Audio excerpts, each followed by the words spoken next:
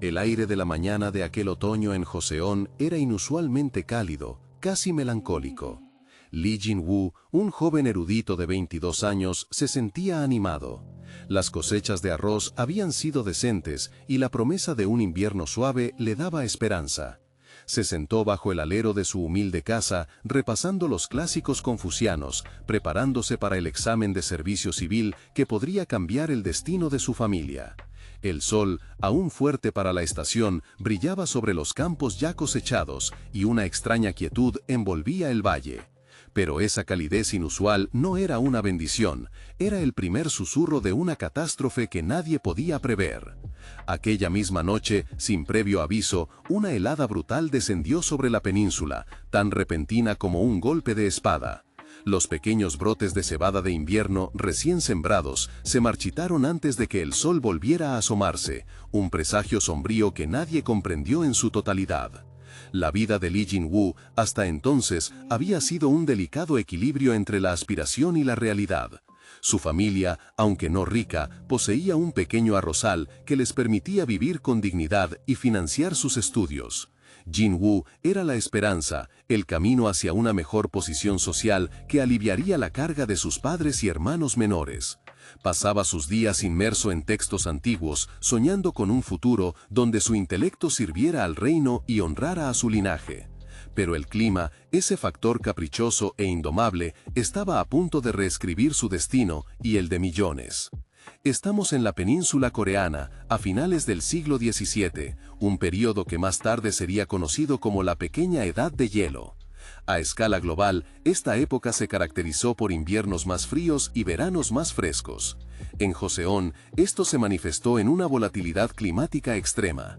Los patrones de los monzones, vitales para la agricultura de arroz, se volvieron erráticos. Años de lluvias torrenciales que inundaban los campos se alternaban con sequías prolongadas que agostaban la tierra, y todo ello bajo un manto general de temperaturas más bajas que acortaban las temporadas de cultivo. La población de Joseon, ya considerable, dependía casi exclusivamente de la agricultura, con el arroz como pilar fundamental de su dieta y economía. Cualquier alteración significativa en el clima era una amenaza directa a la supervivencia. La helada temprana que destruyó la cebada de invierno fue solo el principio de una serie de eventos climáticos desastrosos. El invierno siguiente se extendió más de lo habitual, con temperaturas gélidas que no remitían. La primavera de 1670 llegó tarde y fue fría, impidiendo la siembra temprana del arroz. Cuando finalmente llegó el monzón de verano, no fue la lluvia constante y nutritiva que esperaban, sino una serie de aguaceros torrenciales que arrasaron los campos recién plantados, seguidos de períodos de sequía severa. Jin-woo observaba con desesperación cómo el arrozal de su familia, fuente de su sustento, se convertía en un lodazal estéril o en una extensión de tierra agrietada. La cosecha fue un fracaso rotundo. La hambruna, conocida históricamente como la Yongsin Daeji-hun, se cernió sobre Joseon como una sombra mortal. Los graneros estatales, ya mermados por cosechas mediocres anteriores y una administración ineficaz, no pudieron hacer frente a la magnitud del desastre. Jin-woo dejó sus libros de lado. Su mente, antes ocupada en la filosofía y la poesía, ahora solo pensaba en la supervivencia. Buscó bayas y raíces en los bosques cercanos, una tarea cada vez más infructuosa a medida que otros hambrientos hacían lo mismo.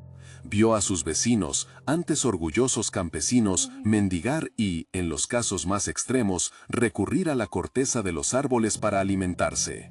La dignidad se desvanecía ante el hambre implacable. La enfermedad, hija de la desnutrición, comenzó a cobrar vidas, incluyendo a su hermana menor.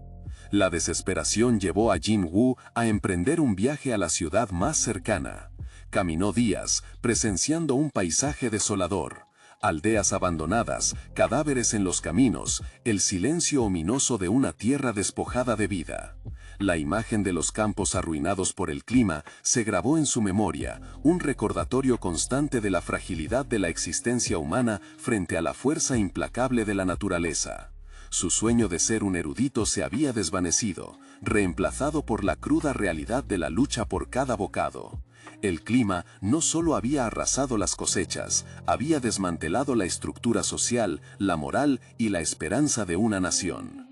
Si te interesan más historias donde el clima cambió la historia, suscríbete.